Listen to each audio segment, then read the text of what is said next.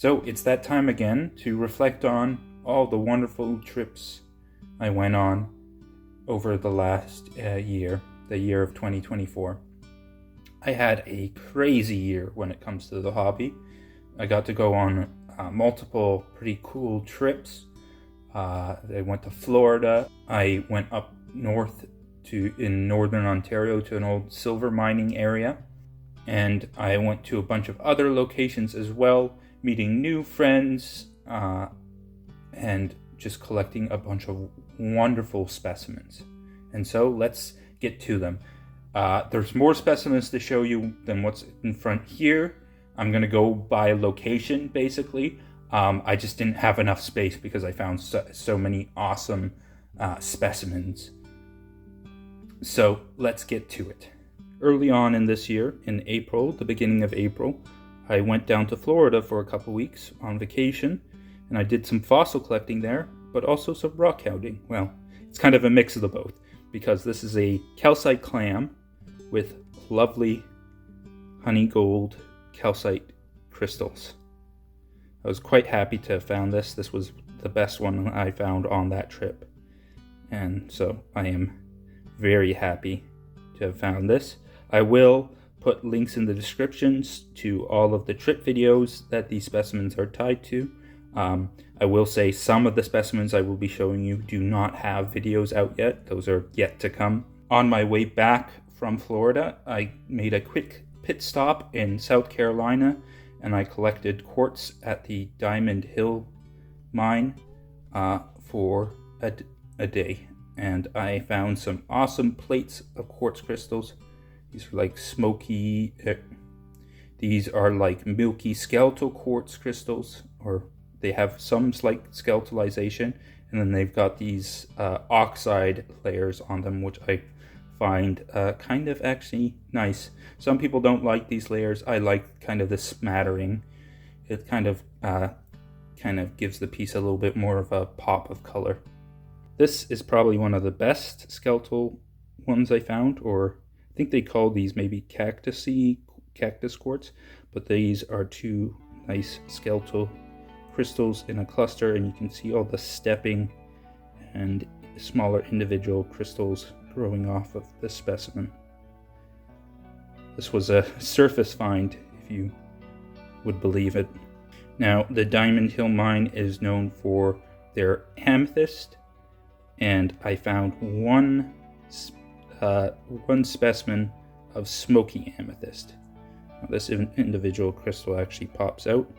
You can see it's hard to tell. The lighting is maybe not the best for this, but it is a smoky crystal with a nice lighter amethyst core, and it's got a nice little pedestal which it pops back into. If I could do it, yeah, there, nicely. So that was a lovely find, one of my favorites from the Diamond Hill trip. After my Florida trip, I managed to go to a local quarry and do some collecting on a club trip, and along with a friend, I managed to extract a bunch of green sphelerite specimens out of a boulder that my friend had found, and I got to keep a couple of them, and this is one of the thumbnail specimens of kind of a dark green, olive green sphelerite specimen that I got to keep. Along with that, there were some awesome selenite specimens that I found on that trip. This includes this lovely see-through thin specimen, and I will also show you a large chunky specimen that I found. Here is the large chunky one that I found. You can see it's inside a pocket of calcite, and you can actually kind of see through enough that you can see the calcite crystals in there, which is pretty cool. This was a cool specimen to have been able to collect. Moving on from there, my next trip was up to Cobalt, Ontario, with a friend of mine, a local friend of mine. He visits Cobalt, Ontario quite often, so he gave me the tour, and with his guidance, I managed to find some awesome specimens. This is one of those. You can see that lighter silver, lighter kind of white or silvery material in the kind of blue-gray metallic mineral is the actual silver. It's in this mineral called sapphirite, and this was one I think this was found on one of my first days, actually. This was just a kind of surface collecting with just the handheld metal detector, the little pointer, the pinpointer. But over the next days, we would go to multiple locations and we would find some very awesome silver specimens. These are all different examples. This is like leaf silver that I etched out of calcite. This was just a nugget that I put a polished face to. Same with this one. And then this one, you can see the spheres, those are sapphirite, but then you see kind of the black kind of thin veins in the partially etched calcite. Those are silver veins. They were just covered in, I believe, little bits of sapphirite and other minerals, so they are darkened, but those are silver veins in the specimen. Closer to the end of the trip, I found this chunky specimen, just chock filled with sapphirite containing silver veins, some silver leaf, just kind of the whole shebang. I bet if I actually spent a bit more time etching and cleaning, I could clean this up and there'd be a lot more silver in there as well. And this was found on one of the last days I was in town. Very cool find. I will give an honorable mention. This is not a specimen I found myself. This was gifted to me by another silver collector that we met in the area on one of our last days. He was coming into town and we met him, and he gave me this pretty high quality silver nugget, which is quite a cool specimen. After Cobalt, I went with some friends to the Smart Mine, or the Miller property, and we looked for apatite and titanites, and I found a couple nice double terminated apatites, a bit stockier and a darker kind of brown red color, and I did quite well. Here's another one of those double terminateds. This one's actually a cluster, so it's multiple apatite crystals growing parallel with each other. Some of these apatite crystals tend to have kind of like a melted termination, which I find kind of interesting. I like the weirder specimens. I like the ones with weird eccentricities. Along with the apatites, I did find some titanite, including this very lovely rosette of hundreds of titanite crystal blades. It's probably my favorite titanite that I've ever personally collected. Just like, look at all those tiny individual blades of titanite. Such a cool specimen to have found. From there, we moved on to the Quarless, where we hit up a bunch of different locations, and one of those had some lovely smoky quartz veins, and I managed to find a decent sized vein and pull out some very decent sized smoky quartz specimens. And you can see how lustrous these are. It was another one of those awesome trips that I got to go on with my friends. Here is another specimen from that same trip. This one actually has a calcite crystal impression where the calcite used to be, but it eroded out over the years. It is, as you can see, quite lustrous. After that, I went to Titanite Hill and did some collecting with friends again, and I managed to find this lovely plate of pyroxene, some very nice lovely large pyroxene crystals, as well as some decent sized apatites. This is probably my biggest apatite I have ever found. It is etched and weathered on the back due to degrading pyrite. I believe there's some sort of reaction that occurs that etches the crystals, but it is still a pretty awesome specimen to have found. I thought it was just a giant rock at first when I took it out. I didn't even realize it was a crystal at first. But I'm quite happy to have found this giant chunky apatite crystal. After Titanite Hill, I did some solo collecting of my own on a week of vacation that I had, and I managed to find some of the gemmiest tremolite crystals that I have ever found. This is one of those, and I'll show you a couple more specimens.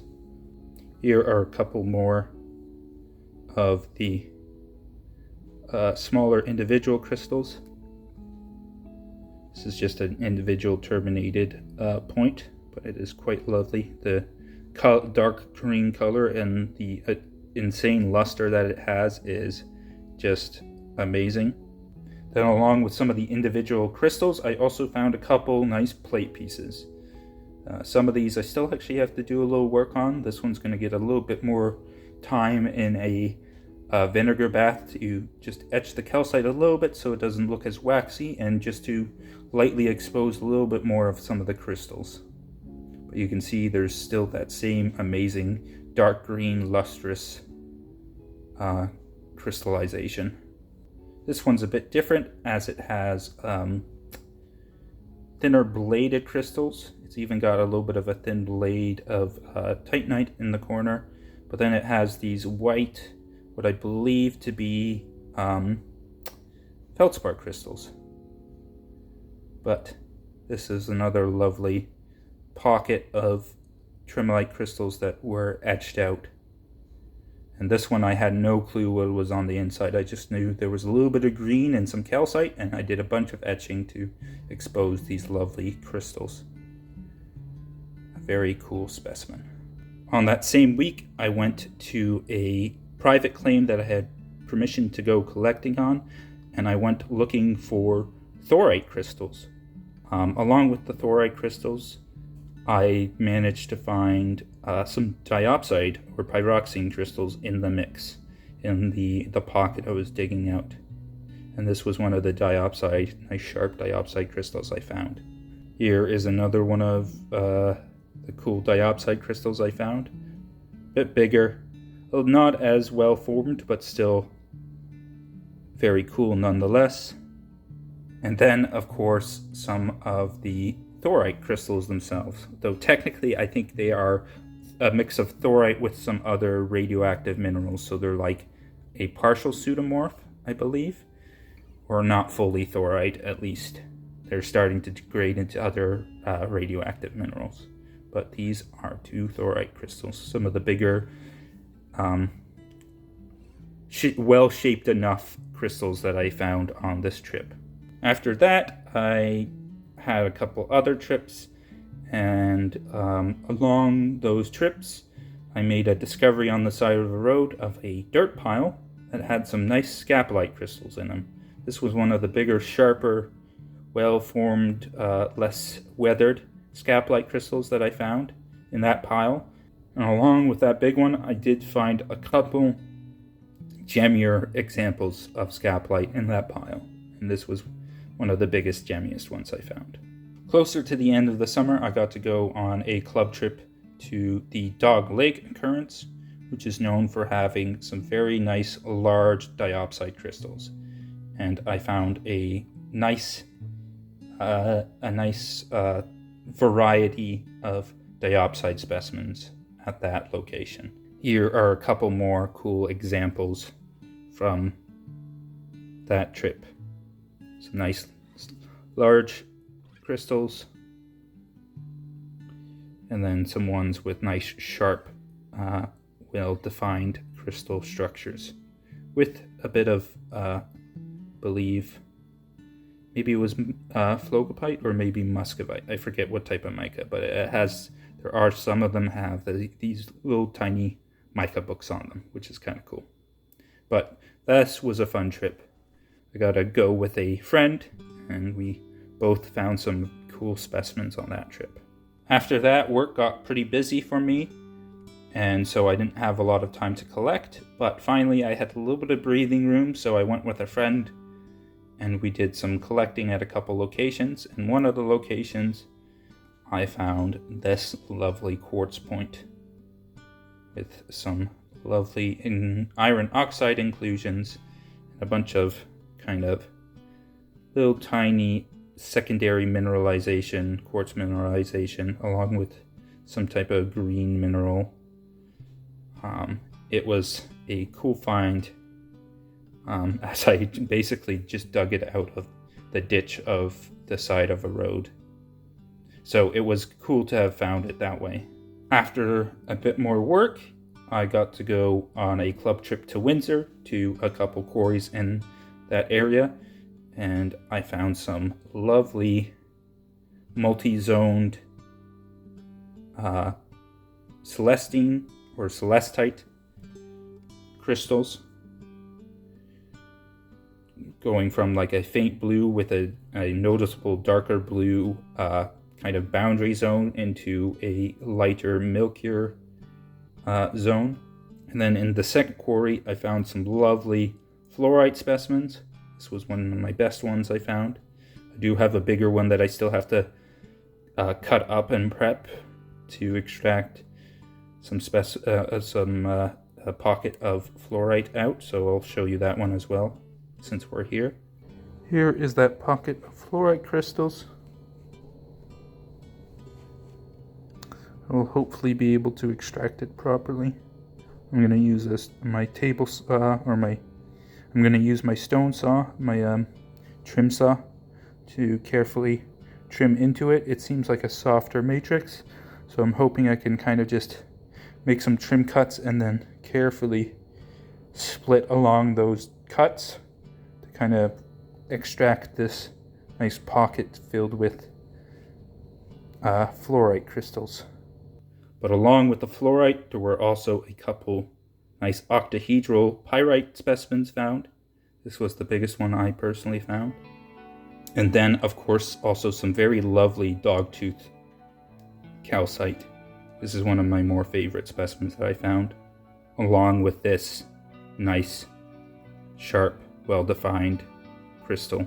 After Windsor, I got out a couple more times, and one time I went with a friend who had never gone rockhounding, and me and another friend took him to multiple locations to kind of let him get a feel for what rockhounding is like.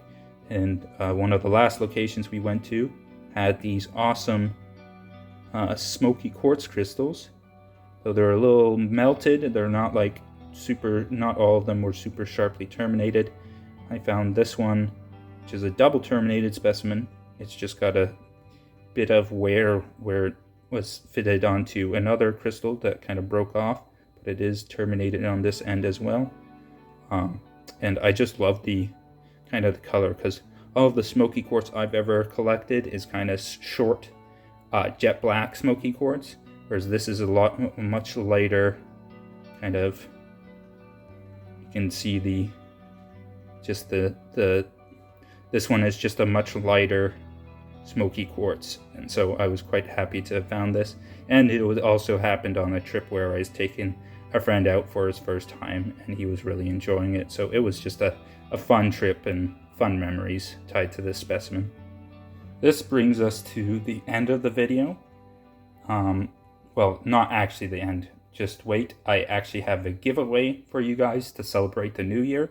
So let's get these things out of the way, and then we can get to the giveaway and get to the rules of the giveaway. As I mentioned, there is a giveaway. The rules are simple. You must leave a comment below. You must be a subscriber, and then optionally, please like this video and also share it with other people, as that helps get the video out to as many people as possible so that they can join in the giveaway. It'll be 2 weeks from when this video is posted is when I will pick the winners. I will reply to your comments in this video letting you know that you are the winner 2 weeks from when this video is posted. I'll also probably put out a community note as well, so just pay attention to those. I'm just going to go through what each package gets the same sort of thing, so I'll go through one of the packages and just show you all the stuff that is in the giveaway packages. There will be 2 winners for this giveaway. To start with, each package will get a hash plate from the Arcona area. So this is like a fossil soup pancake of fossil soup, and you've got all these different fossils in them. This one has some brachiopods, a bunch of crinoid bits, and some other interesting little fossils. So those are fun to look at. Then each package will also get a horn coral specimen from the Orcona area as well as a handful of brachiopod specimens. These, however, come from the St. Thomas area. These were gifted to me for giveaways by my friend Kate.